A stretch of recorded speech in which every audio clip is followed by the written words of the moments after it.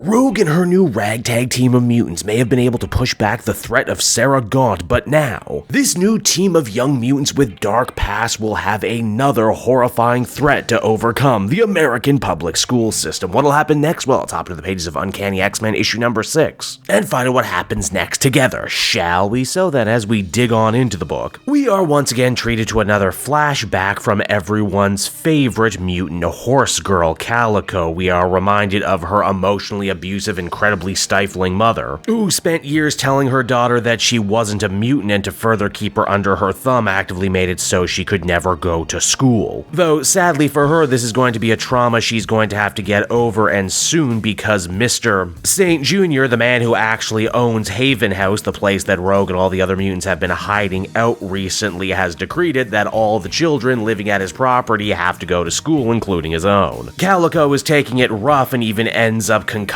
poor Wolverine. Rogue isn't exactly sure how she should parent this situation, but thankfully she doesn't have to, as Remy actually steps on in for a change. And you know what? Gambit sure does have a way with people, doesn't he? For starters, he's actually able to get Becca to admit and ultimately embrace her own mutantdom, not the weird story that her mother had taught her about mutants being the evil offspring of goblins. Man, you know, people joked in the previous issue that this whole new X-Men team is basically just Rogue and Gambit adopting a bunch of kids, but it really does feel like that in the best way possible, and this is totally a parentable moment, only souped up with the whole mutant X-Men flavor. Hell, Remy even talks about the kids taking packed lunches for the next day, including Zap chips, which is an actual very particular New Orleans brand of chips. The bus scene is great too, because we have all of the brand new mutant characters, as well as Germain's own kid, who goes out of her way to try and make Becca feel more comfortable, as she can't take her horse Ember with her. So instead, Chelsea opts to just give her a stuffed animal as an act of friendship that I find incredibly sweet. Rogue also mentions that she doesn't know what kind of lives these kids led before coming to them, but she knows they certainly weren't great, and that maybe going to school and having a sense of normalcy might actually help them. The kids try their hardest to hide their mutantdom, but unfortunately bullies zero in on them right away because they are from a Haven House. Jitter gets the worst of it because of her speech impediment. Ransom wants to beat the ever-loving crap out of these guys for disrespecting his friend, and Deathdream, well, Deathdream just seems rather uninterested in everything, but we'll circle back to that. Now, while Germain has sent the kids for a regular old day at school, it's time for Nightcrawler and Jubilee to earn their keep too, in this case going to do the shopping in town. Jubilee actually asks Kurt if he ever felt like he wanted kids, and Nightcrawler responds by saying that he always felt he made a better babysitter than an actual parent. It's also here we're reminded of Jubilee's own kid, Shogo, who last time I checked, wasn't he a dragon or something? I never actually finished that series. This issue also ends up turning into something of a rushing nesting doll of stories too, as Wolverine reminds us of that bottle of tequila he picked up from his dying war buddy all the way back in the first issue. Apparently him and his friends were part of a tontine with Logan, basically the last guy alive got to drink the booze. And wouldn't you know it, but the finality of the whole situation is actually really tearing Wolverine up inside. He knows the second he drinks the tequila, that's the end of it, a chapter of his life closed forever. Even Rogue can see that this is really hurting him, a guy who doesn't like to wear his emotions on his sleeves all that often. Logan has an idea though, and that is, hey, if we rebury the bottle together, then maybe we can start a new tontine together. Gambit is game for it, but Rogue is not, because, well, she sees this for exactly what it is, a rather unhealthy coping mechanism on Wolverine's part, kicking the trauma and PTSD of war down the hill for another day, when really he should be taking the opportunity to deal with all of that in the here and now. It's after that the rest of the story ends up moving incredibly quickly. Jubilee ends up getting jumped at the grocery store by a couple of mutants who have been shanghaied into servitude by Dr. Ellis and the Grey Mulk in prison. There's Siren, who we had seen previously, but also newcomers like Blob and Wildchild. Nightcrawler isn't there to help because he actually bamfed outside to try and help a mother and her children not get run over by a runaway vehicle. Sadly, that means by the time Kurt gets back there, Jubilee has already been captured. So much for that unstable peace treaty that Rogue had tried to sign with Ellis at the end of the last arc. Obviously, of course, this is all set up for the first big From Ashes X-Men crossover in Raid on the Grey Mulk in prison coming soon. None of that is the end though, as the real big finale comes when the kids actually manage to make their way to school. You see, Deathdream felt bad about not doing anything on the bus, and because of that he waited in the boys' room for the Bullies ways to get there so he could absolutely scare the crap out of him with his power. Valentine was also there looking for a good scrap, which is exactly what he got. Obviously, starting a fight on their first day is bad, but it actually ends up being the best thing for them, because if the boys had actually done the right thing and followed Becca into the school gym, they would have ended up getting jumped by more of the Grey Mulkin agents who tase poor Becca and end up capturing her too as the comic comes to a close. And so that was Uncanny X-Men issue number 6, everybody, and once again, I'm really enjoying what Gail Simone is doing here, even if this issue felt a little chopped up, what with having to build up to the big event. I really enjoyed the whole family sitcom vibe that this issue had to it. Again, Rogue's X-Men team is basically one big extended dysfunctional family, and they have to navigate being heroes as well as their day-to-day lives and just regular old chores in school. Also, as a big fan of X-Men Evolution, you know I absolutely love the idea of mutants needing to further their mutant training as X-Men at home while also being forced to integrate into human schools and dealing with all the troubles that come with that. I sure hope Simone continues to grow that idea as the series goes on, because if so, I think we'll be in for something really fun and really cool. Then of course we have the big promise of the first big event in the From Ashes era. It will certainly be fun to see Rogue's team of X-Men end up butting head with Cyclops' crew, as they all attempt to save their own people, and in doing so will end up being forced to return to the old Xavier School, which has become a prison for mutantkind. Overall, though, I think I'd give this one a 7.5 out of 10. I don't like it as much as the issue that preceded it. Like I said, the event stuff makes the story feel a little disjointed, but I do think it's all going to end up paying off in the end when we have the chance to finally read everything.